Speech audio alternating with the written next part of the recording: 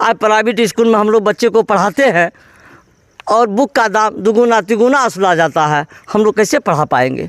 हे परिस्थिति, हे भगवान, हे गरीब किसान मजदूर का बच्चा कैसे पढ़ पाएगा प्राइवेट स्कूल में? देखते हैं ना ऑनलाइन में तो हमारा 300 रुपया का किताब है, बच्चा यहाँ 600 रुपया बोल रहा है। बच्चा मेरी बिभुक के रोती है, पापा छोड़ दीजिए, हम लोग किसान हैं भैया, कैसे पढ़ा पाएंगे? हमारे कहते हैं डिजिटल इंडिया, ये डिजिटल इंडिया है, क्या पढ़ेगा, क्या बढ़ेगा? मेरा बच्चा पढ़ेगा तब तो इंडिया बढ़ेगा। पूरा विश्व में डंका बज रहा है हमारा भारत देश का।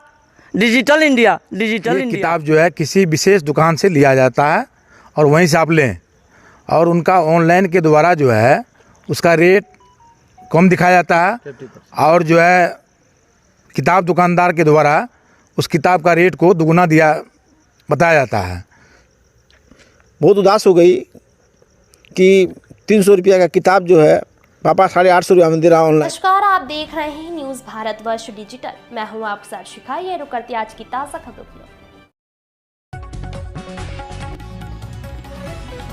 खबर अररिया से आ रही है, जहां इन दिनों नवीन शैक्षणिक सत्र की शुरुआत होते ही स्कूलों सहित पुस्तक विक्रेताओं की दुकानों पर अभिभावकों की भीड़ लगनी शुरू हो गई है।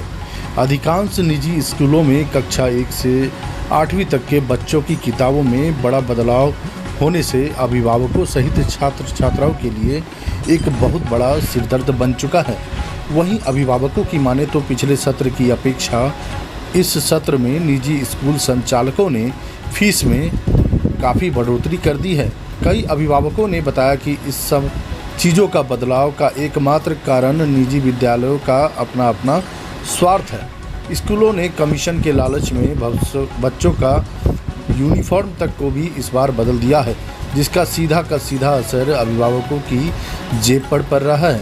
वहीं बीते वर्ष की अपेक्षा मौजूदा शैक्षणिक सत्र में फीस में वृद्धि, स्टेशनरी व बैग सहित अन्य शैक्षणिक सामग्री के महंगे होने से अभिभावक आर्थिक बोझ से काफ़ी परेशान हो रहे हैं।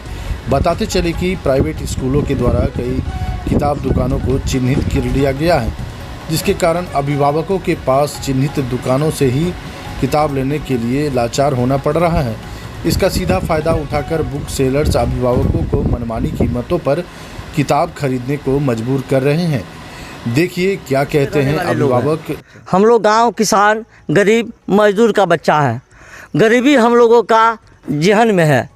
हम लोग गरीब बच्चा जो है, किसान का बच्चा है, परिवार का बच्चा है, कैसे किसान पढ़ता है, कैसे किसान अपने बच्चे को पढ़ाता है, यह उसका विधाता ही विधान है।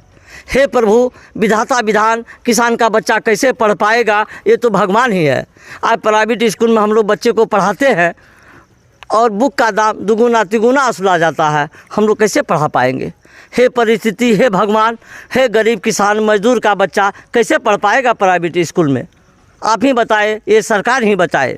जिस बुक स्टॉल में जाते हैं दुगुना तिगुना दाम बताता है बुक का, बच्चा कहता है पापा छोड़ दीजिए, हम नहीं पढ़ पाएंगे। क्यों भाई, क्यों नहीं? पापा बुक देखते हैं ना ऑनलाइन में तो हमारा 300 रुपया का किताब है, बच्चा यहाँ 600 रुपया बोल रहा है। बच्चा मेरी बिभुक के रोती है, पापा छोड़ दीजिए, हम लोग किसान हैं भैया, कैसे पढ़ा पाएंगे बच्चे को? आप समझिए, यह सरकार, यह व्यवस्था यह करे, यह मोदी सरकार है। हर मोदी, घर घर मोदी करती है, और शिक्षा में इतनी बड़ी माफिया।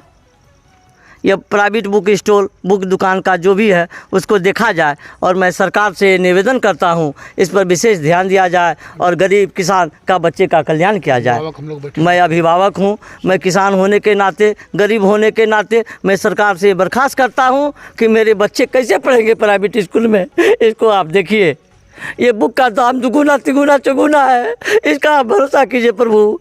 कल्याण हो, बढ़ेगा इंडिया तो बढ़ेगा इंडिया। मोदी जी हमारे कहते हैं डिजिटल इंडिया, ये डिजिटल इंडिया है, क्या पढ़ेगा, क्या बढ़ेगा? मेरा बच्चा पढ़ेगा तब तो इंडिया बढ़ेगा। पूरा विश्व में डंका बज रहा है हमारा भारत देश का। Digital India, digital India. क्या है शिक्षा माफिया? क्या ये बुक की दुकान 300 का दुकान, 300 का बुक 900 रुपया, 800 रुपया। ये प्रभु आप कृपा करें और इसका जांच कराए। हम अभिभावकगण, जय जवान जय किसान। आपका परिचय सर? मेरा परिचय राजेश कुमार केसरी, मैं किसान हूँ सर। मेरा बच्चा पढ़ता है विद्यालय में। जय हिंद, जय भारत। चाहेंगे सर आप? हम ये कहना चाहते हैं, मेरा नाम संजय कुमार अरोड़ा। मैंने 3 दिन पहले एक विशेष बुक स्टॉल पर गया जहाँ हमारी बच्ची थी, मेरी पढ़ती है।